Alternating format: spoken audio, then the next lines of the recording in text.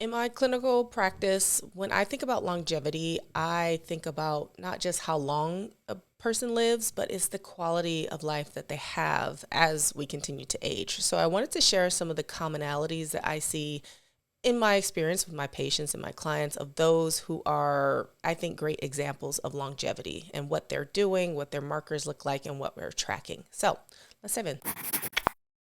If you are new here, welcome. My name is Dr. Jessica. I'm an acupuncturist, a naturopathic doctor, as well as a health coach. And on this channel, I love to share what I learned clinically from my practice, what I've learned from my education, and just give you some tools and tips to help live in a healthy, more natural way. So it's inevitable that if we're going to continue to live, we're going to age. And what I have realized is that does not necessarily mean that it has to come with a decrease in your quality of life. But there are some things that a lot of us either need to tighten up or need to start doing in order to ensure that when we're in our 70s, our 80s, and for some even into our 100th year of life, there are some things we can need to be doing now in order to be, I don't know, let's call it putting into the bank for our future investment for our health. And one of the best things you could do for yourself is to start this in your, 20s, in your 30s, in your 40s, in your 50s.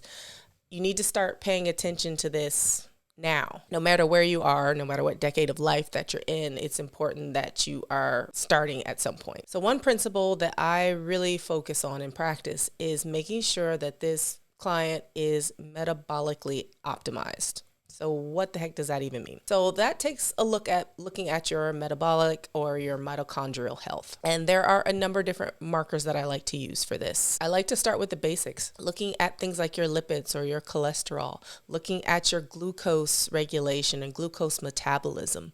I have a video about your metabolic health and metabolic markers and what that all means. And a lot of these markers are in that because it's really a great way to kind of look and see how energetically, how are you doing? How is your body regulating things? These are the things that we tend to look at that start to creep up later in life. This is where the prediabetes starts to come in. This is where the type 2 diabetes comes in. And if we're looking at those markers earlier on in life, there's a greater chance that we're going to be able to have a lifestyle intervention before it causes a problem later. The person or the client who is pre-diabetic, like in their 30s and 40s, is really setting themselves up later for a metabolic disaster as they get into their 60s and 70s. So making sure that you are looking at those annual exams or those annual labs your doctor wants to run. I, of course, recommend going a little bit deeper just because there are interventions that I tend to use a little bit earlier on than say a conventional MD or DO. Again, I have a video all about some of those, but again, they include things like looking at your lipids and taking a deep dive, looking at your insulin and your insulin resistance scores. I also like to look at hormones. And for women especially, this is where hormones start to really play a role, because if we're going to think about longevity, we also think about prevention. And this is where I start to have the discussion of, does a woman want to do something like a HRT? We're doing bioidentical hormones to help support them because we do know that they have cognitive benefits, they have neuroprotective benefits, they have cardiovascular benefits. Of course, this is my time where I say, talk to your doctor about the risk and benefit profile for you.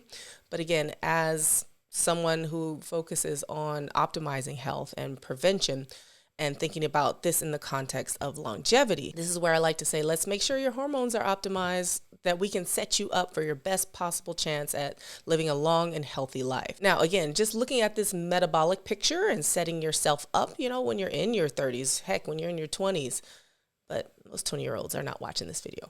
This is more for, the people who are into their 30s, 40s, 50s, even 60s, who really have not been maybe paying attention so much. So this is where we're setting you up. Now, the next thing we need to really look at is some of your lifestyle and activity. And this is where I really have to harp on that we have to be building lean muscle, because for women especially, even when you start to get into your late 30s, we're losing muscle mass, we're losing bone density. And one of the greatest predictors of your longevity is how you carry that lean muscle mass through. When you are in your 30s, 40s, 50s, especially for women, you are putting into the bank of your future health when it comes to carrying this lean muscle mass. I hate to get in to be morbid, but let's think about when you're in your 70s, when you're in your 80s, can you get on and off the toilet without assistance? And this is no joke. I have patients, I have clients who have either parents that they're taking care of now, or maybe some of them are into this age. If you are not doing the work now to set yourself up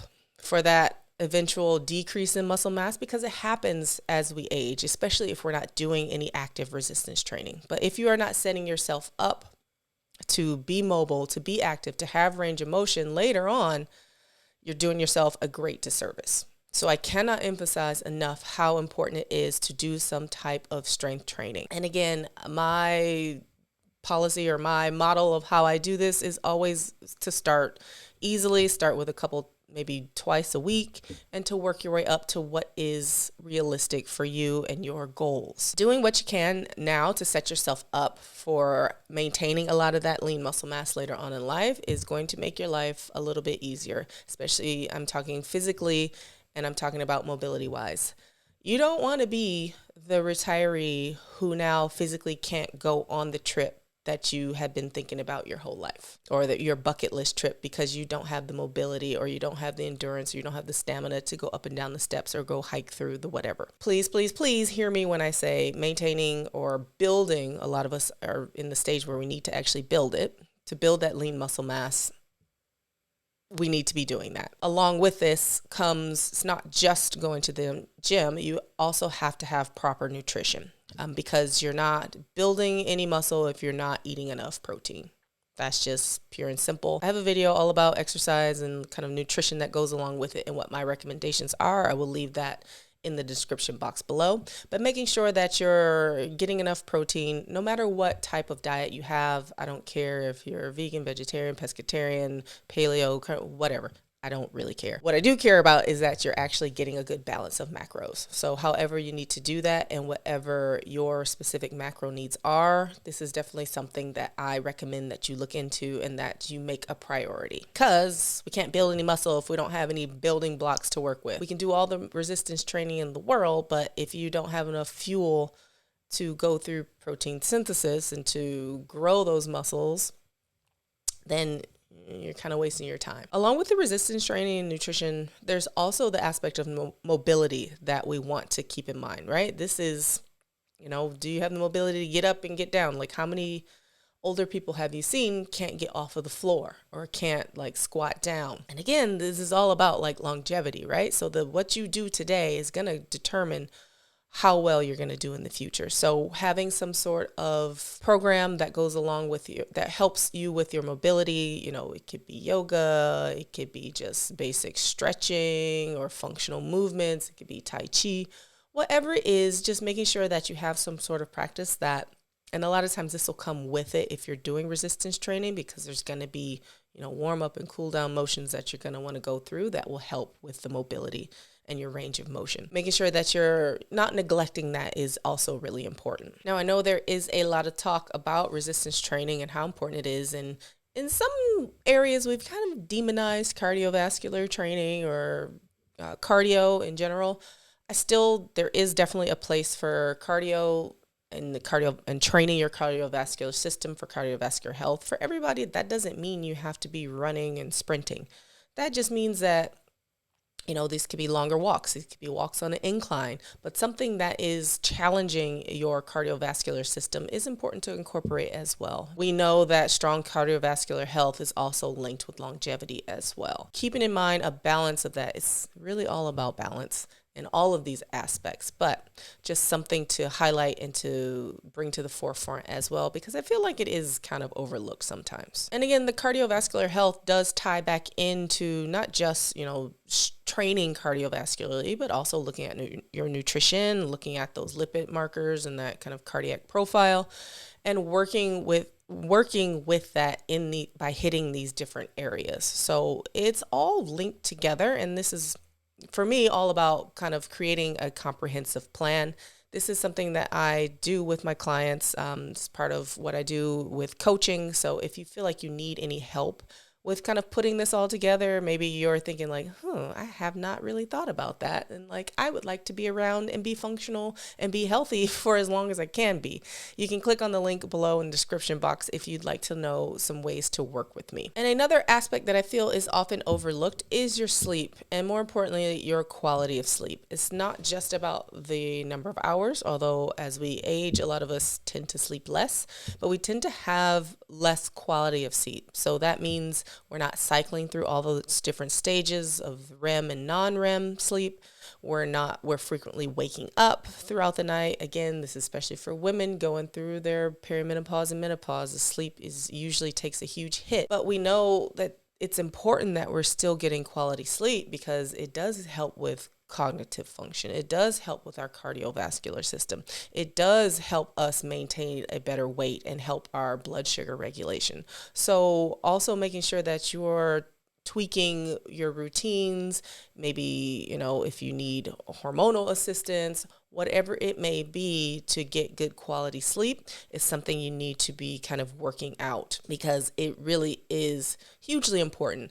And with all of these things, it's really also about consistency in all of these, because this is not something that we're doing for a few weeks and stopping. This is part of our lifestyle because it's that lifestyle that's going to carry over when you get older, when you get to then where you need to, I like to say, draw out of the bank of, the muscle mass or the great sleep, because maybe, life happens, and as you age, some things do start to change and shift. So if we've built up that reserve, then we're going to have much more resources to draw upon. And for me, this is all about longevity. I will say, of course, most people, when they think about longevity, they think about biohacking and think about supplements and red lights and blue light glasses and all this and all that. And yeah, those are all great. But if you have not built this foundation first, it's kind of like pissing in the wind. You have to have this strong foundation. And then, yes, I have seen supplements and other things be absolutely helpful and absolutely transformative. But